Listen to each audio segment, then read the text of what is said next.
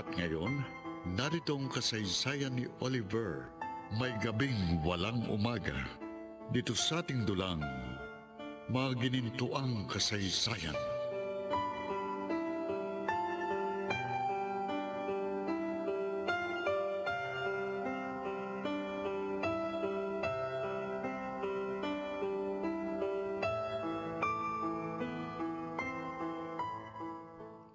Kumusta ang pagbalik mo sa ospital, iho? Happy, Daddy. Namiss ko ang panggagamot, ha? Masaya rin sa muli kong pagpasok yung mga kasama ko. Inaasahan ko naman yun, anak. Dahil hindi ka lang mahusay na doktor. Mabait ka pa sa mga kasama mo sa ospital. Thank you, Daddy. Ay, siya nga pa, anak. Meron sana akong ipapakisuyo sa iyo. Ano po yun? Birthday na ni Roselia next week. Really, Dad? Oo. At sana, bumili ka ng gift natin for her. Okay po. Ako nang bahala ron. Salamat, anak. It doesn't matter if it's expensive, ha? Just make sure she'll like it. Yes, Daddy. Pasasalamat na rin natin yun sa kabutihan niya. I understand, Dad. Dapat lang naman talaga yon dahil napakabait niya. Tama ka. Eh kung pwede nga lang sana, maging anak ko na rin siya.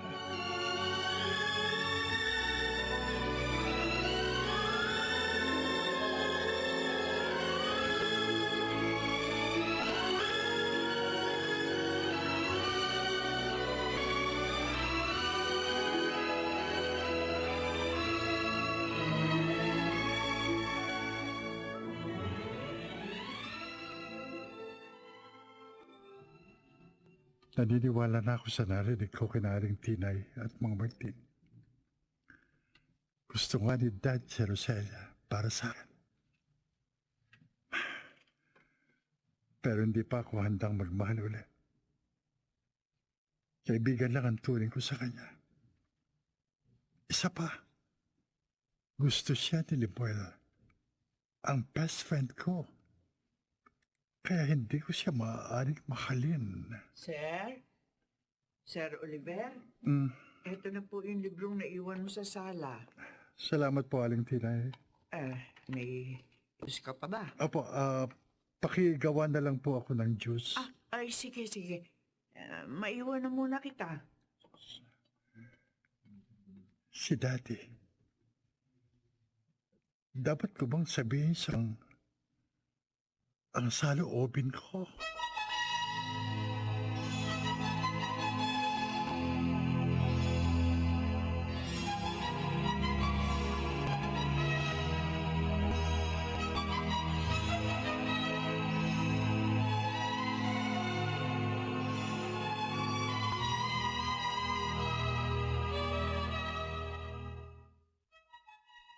Tama ang amiga ko. Magaganda nga ang mga bagong dating na alahas ni Rarito. Kaya lang, nahihirapan akong pumili. Sumasakit ang aking dibdib. Nahihirapan akong huminga. Mom? Excuse me? Oh, Are you okay? Namumutla ho kayo eh. ay, tulungan mo ko. Sige po, ano pong nararamdaman niyo? Nahihirapan akong huminga.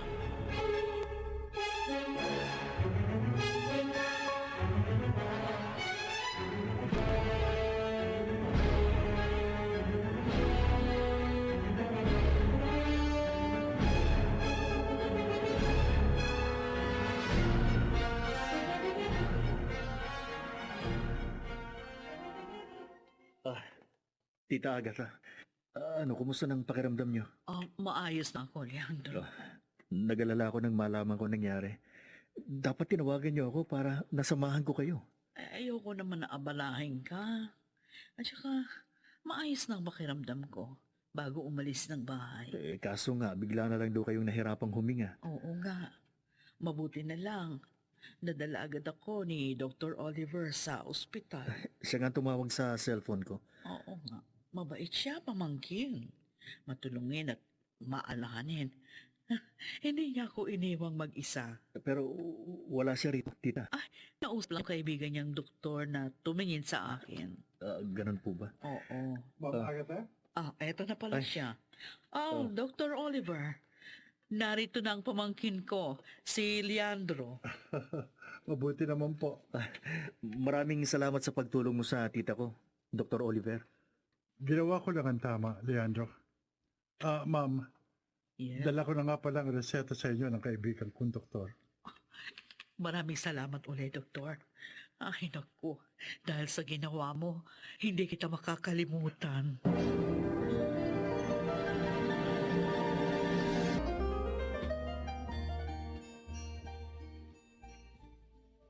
Oh, ginabi ka anak.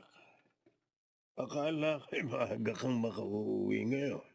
May tinulungan kasi ako, Dad, habang bumibili ako ng regalo para kay Roselia. Nahirapang humingay yung matandang babae. Kaya dinala ko sa ospital. Really? How is she now? Ano siya? Kasama na po ang pamangkin niya. Ay, salamat naman. Ay, may nabili ka bang regalo para kay Roselia? Pwede ko ba makita?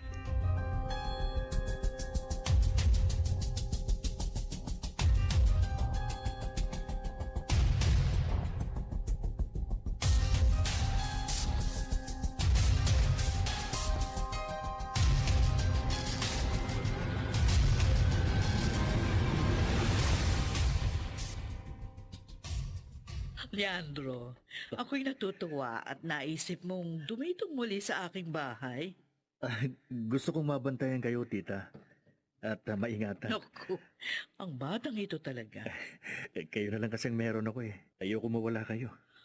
Oh, salamat. Salamat, pamangkin. Nga pala, paano yung paghahanap mo dun sa dati mong girlfriend?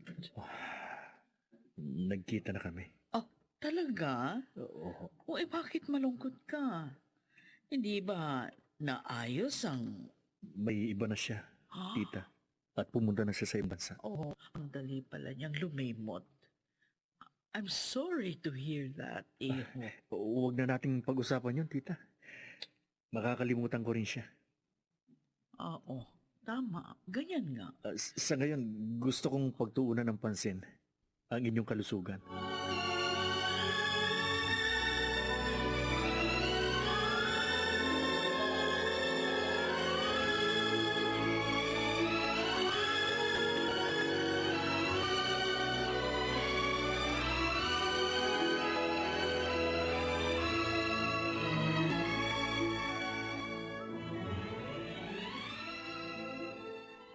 Para kay Roselia ang salo-salo bukas, Tinay. Oo, Martin. Birthday pala niya bukas. At ipinaghanda siya ni Sir. Oo. Ay, ayos lang naman yun. Dahil naging mabuti si Roselia sa mag-ama. Tama ka. At paraan din yon para mailapit siya ni Sir Oliver. Uy, sinabi mo pa. Martin, naisip ko lang. Alam ba ni Roselia ang magiging handaan dito bukas?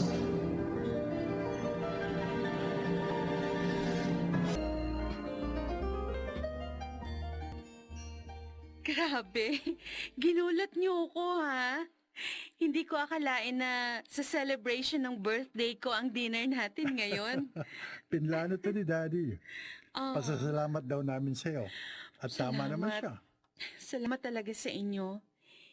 Ipinaramdam niyo sa akin na may pamilya ako. Ito nga pala yung gift namin para sa'yo.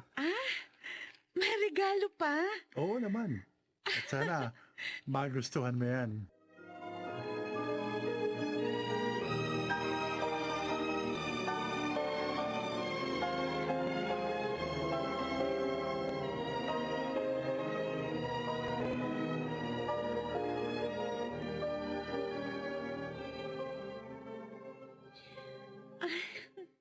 Ganda talaga ng kwintas na bigay sa akin ni Oliver. Pati itong bracelet na galing naman kay Sir Eleno. Pero syempre, mas masaya ako dito sa gift ni Oliver. Ay, gusto ko tuloy isipin na nagkakaroon na siya ng feeling sa akin. Sana nga, no? Mapansin na rin niya ako. At nang makalimutan niya ng manlolokong si Geraldine. Ay, pag nagkataon, napakaligaya ko.